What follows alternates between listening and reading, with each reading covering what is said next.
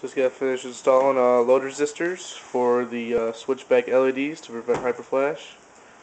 I'm going to show you guys a little video of what it looks like to see that they were a success.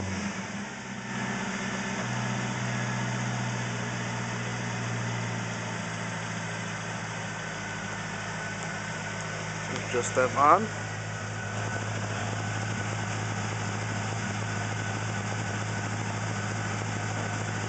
And as you can see, they're nice and slow.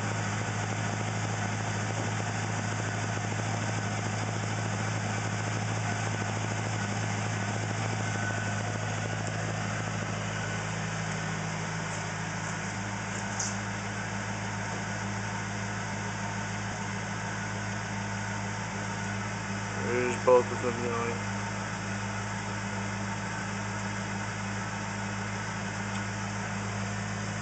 And that's about it.